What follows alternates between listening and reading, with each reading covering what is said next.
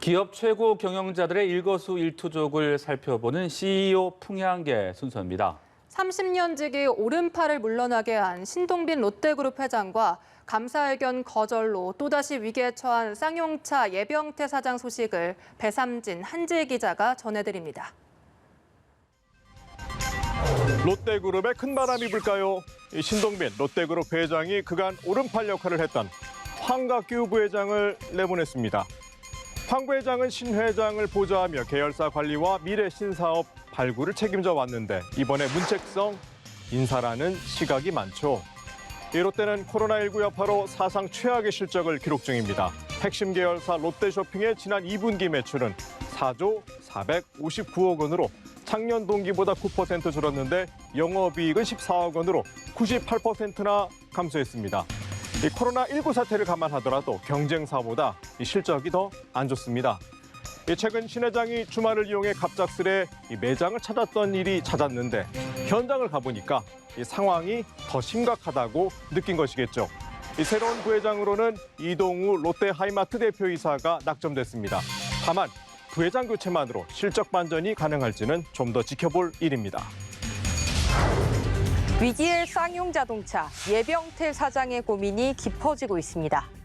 쌍용차가 1분기 보고서에 이어 반기 보고서도 감사를 맡은 회계법인으로부터 감사 의견 거절을 받았습니다. 반기 순손실은 2,025억 원을 기록하고 유동부채는 유동자산을 4,480억 원을 초과하는 상황이어서 계속 기업으로서 존속 능력에 의문이 있다는 이유입니다. 최근에는 최대 주주인 인도 마인드라 그룹이 경영난을 이유로 쌍용차 대주주의 지위를 포기한다고 밝혔죠. 그런데 신규 투자자 확보도 어려운 상황입니다. 마인드라 그룹이 쌍용차 대주주 지분을 51% 유지하는 조건으로 대출을 받았는데 새롭게 쌍용차의 대주주가 되면 마인드라 그룹의 투자금을 한 번에 상환해야 하기 때문입니다. 예 사장은 그간 비핵심 자산을 매각하고 정부와 각계의 지원을 요청해 왔는데요.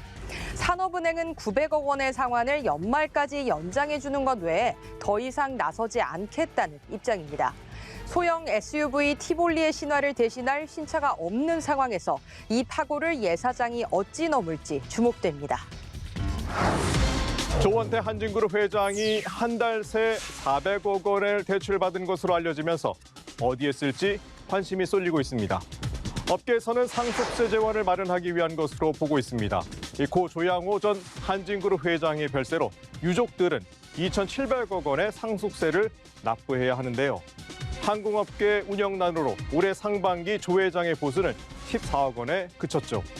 경영권 방어에 쓰일 것이라는 관측도 있습니다. 최근 조 회장의 누나 조현아 전 대한항공 부사장과 사모펀드 등이 연대한 삼자연합 측이 한진칼이 발행한 신주 인수권 120만 주를 공개 매수했죠. 이에 대응하지 않으면 조 회장 측은 우호 지분을 합쳐도 삼자연합 지분보다 6%포인트 이상 적게 됩니다. 이 삼자연합은 지난 3월 주주총회에서 참패한 만큼 이 추가 지분 확보를 통해서 내년 주주총회에서 이사진 확보 등에 나설 것으로 보입니다. 결국 조 회장은 본인 지분이나 우호 세력을 늘려 경영권 확보에 나서야 하는 상황입니다. 대한항공 일부 사업부도 매각해야 하고 서울 종로 송현동 부지 등도 처분해야 하는 상황. 항공업계 위기 속에서 이래저래 조 회장이 넘어야 할 산이 많습니다. 김택진 NC소프트 대표가 상반기 국내 대기업 오너들 가운데 가장 많은 보수를 받았습니다. 보수액은 132억 9,200만 원인데 경쟁업체인 방준혁 넷마블 이사의 의장과는 19배, 한성숙 네이버 대표와는 6배 차이가 납니다. 실제 급여는 10억 1,600만 원이고 상여금이 122억 7,600만 원인데 지난해 상반기와 비교해봐도 70억 원이나 늘었습니다. 김 대표가 사장이면서 동시에 최고 창의력 책임자로 개발을 총 책임지고 있죠. 리니지 M과 리니지 2M의 개발 및 상용화 추진을 총 지휘해 모바일 게임 매출 1, 2위를 동시 달성한 성과를 감안했다는 게 NC소프트의 설명입니다. 지난해 11월 출시한 리니지 2M은 흥행에 성공하며 리니지 M과 양강 체제를 굳혔다는 평가를 받고 있는데요. 올해 초에는 리니지 2M이 흥행하자 임직원 모두에게 1인당 300만 원씩 특별 격려금을 주기도 했습니다.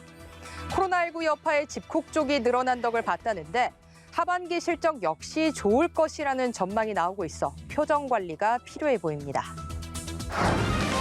코로나19가 수도권에서 폭발적인 증가세를 보이면서 우리 경제에 다시 짙은 그늘이 쳤습니다. 특히 중소업계를 중심으로 고용이 타격을 받을 것으로 보여 걱정인데요. 위기 극복을 위해 다시 한번 힘을 합칠 때입니다. 이번 주 CEO 풍향계는 여기까지입니다.